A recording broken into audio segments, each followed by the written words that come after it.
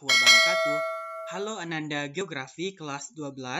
Pada hari ini kita kembali belajar geografi dengan tema tata ruang. Selamat belajar.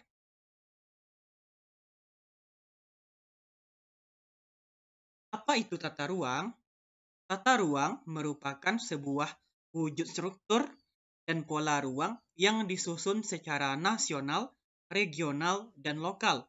Artinya, sebuah struktur ruang itu disusun dari tingkat yang paling atas, yaitu nasional, baru ke regional, serta lokal atau daerah. Nah, tata ruang diatur oleh RT/RW atau Rencana Tata Ruang Wilayah, di mana RT/RW itu terbagi menjadi 3, yaitu RT/RWN atau Rencana Tata Ruang Wilayah Nasional, RT/RWP atau Rencana Tata Ruang Wilayah Provinsi, dan yang terakhir ada RT/RWK atau Rencana Tata Ruang Kabupaten atau Kota. Nah, di sini dapat Ananda pahami bagaimana skema RT/RW, di mana dari tingkat nasional, baru provinsi, kabupaten, kota, nah baru diturunkan ke RD/RTR, yang dilengkapi dengan berbagai aturan tertentu. Nah, di sini ada sebuah gambaran bagaimana pola ruang itu dibentuk. Nah, digambarkan pada sebuah peta. Jadi, jika kita ingin melakukan sebuah pembangunan atau mengkaji suatu wilayah dan pembangunan, itu harus ada perencanaan ruang wilayah, seperti yang ada pada peta.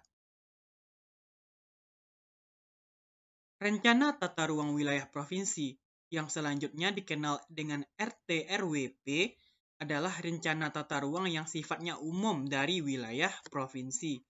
Mengacu pada RT/RWN, rencana tata ruang pulau atau kepulauan, dan rencana tata ruang kawasan strategis nasional berdasarkan pasal 1 Permen ATR atau KBPN nomor 1 tahun 2018 tentang pedoman penyusunan RT/RW tingkat provinsi, kabupaten, dan kota. Nah, di sini contohnya saya ambil RT/RW, di mana muatan RT/RWP atau RT/RW provinsi meliputi tujuan kebijakan dan strategi penataan ruang, rencana struktur ruang, rencana pola ruang, penetapan dari kawasan strategis, arahan pemanfaatan ruang, dan bagaimana sih arahan pengendalian pemanfaatan ruang yang baik. Menurut Undang-Undang Nomor 26 Tahun 2007 tentang penataan ruang, ada beberapa poin penting. Yang pertama, ruang. Ruang di sini adalah wadah yang meliputi ruang darat, laut, udara, termasuk ruang di dalam bumi sebagai kesatuan wilayah, tempat manusia dan makhluk lain hidup, melakukan kegiatan dan memelihara kelangsungan hidupnya. Itulah pengertian ruang menurut Undang-Undang Nomor 26 Tahun 2007. Tata ruang. Tata ruang itu adalah wujud struktur ruang dan pola ruang. Jadi bagaimana sebuah ruang ditata mengikuti struktur atau pola yang disusun. Selanjutnya ada struktur ruang. Nah, struktur ruang itu adalah susunan dari pusat-pusat permukiman dan sistem jaringan prasarana dan sarana yang fungsinya sebagai pendukung dari kegiatan ekonomi maupun sosial masyarakat yang secara hierarkis atau bertingkat memiliki hubungan fungsional atau saling mempengaruhi. Pola ruang. Apa itu pola ruang?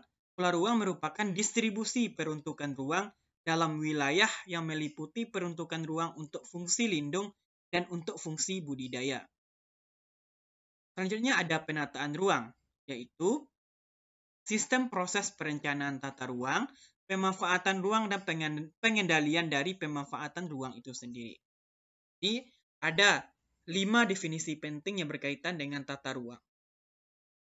Tata ruang merupakan wujud struktural dan pola pemanfaatan ruang yang baik yang direncanakan maupun yang menunjukkan adanya tingkatan atau hierarki dan keterkaitan pemanfaatan ruang. Rencana tata ruang adalah hasil perencanaan tata ruang berupa rencana-rencana kebijaksanaan pemanfaatan ruang secara terpadu untuk berbagai kegiatan atau aspek kehidupan. Contoh peruntukan ruang: kawasan permukiman perkotaan, kawasan permukiman perdesaan, kawasan produksi, sistem prasarana wilayah yang meliputi prasarana transportasi, telekomunikasi, dan pengairan, serta prasarana lainnya. Kawasan permukiman adalah bagian kawasan budidaya, baik perkotaan maupun perdesaan, dengan fungsi sebagai permukiman. Contoh peruntukan ruang lainnya adalah kawasan perdesaan, adalah kawasan yang mempunyai kegiatan utama di bidang pertanian, termasuk pengelolaan sumber daya alam dengan fungsi kawasan sebagai tempat permukiman perdesaan, pelayanan jasa pemerintahan, pelayanan sosial, dan kegiatan ekonomi. Kawasan perkotaan adalah kawasan yang mempunyai kegiatan utama bukan pertanian, dengan susunan fungsi sebagai tempat permukiman perkotaan, pemusatan dan distribusi pelayanan jasa. Jadi kata kuncinya di sini adalah jasa, serta pelayanan sosial dan kegiatan ekonomi.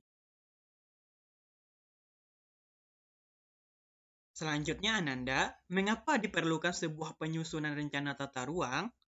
Nah, inilah jawabannya.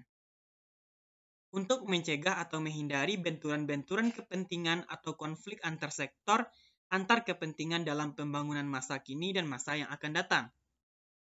Nah, yang selanjutnya, menghindari diskriminasi pengelolaan dan pemanfaatan sumber daya alam, optimalisasi pemanfaatan ruang, kemudahan pemanfaatan fasilitas dan pelayanan sosial ekonomi untuk masyarakat, terjadinya kesesuaian antara tuntutan kegiatan pembangunan di satu pihak dengan kemampuan wilayah di pihak lain, terciptanya interaksi fungsional yang optimal, menjaga kelestarian dan kemampuan ruang, dapat memberikan arahan penyusunan program tahunan, menciptakan kemudahan bagi masyarakat untuk berpartisipasi pada kegiatan produksi. Oke, Ananda, terima kasih. Itulah materi kita pada hari ini. Saya undur diri. Wassalamualaikum warahmatullahi wabarakatuh.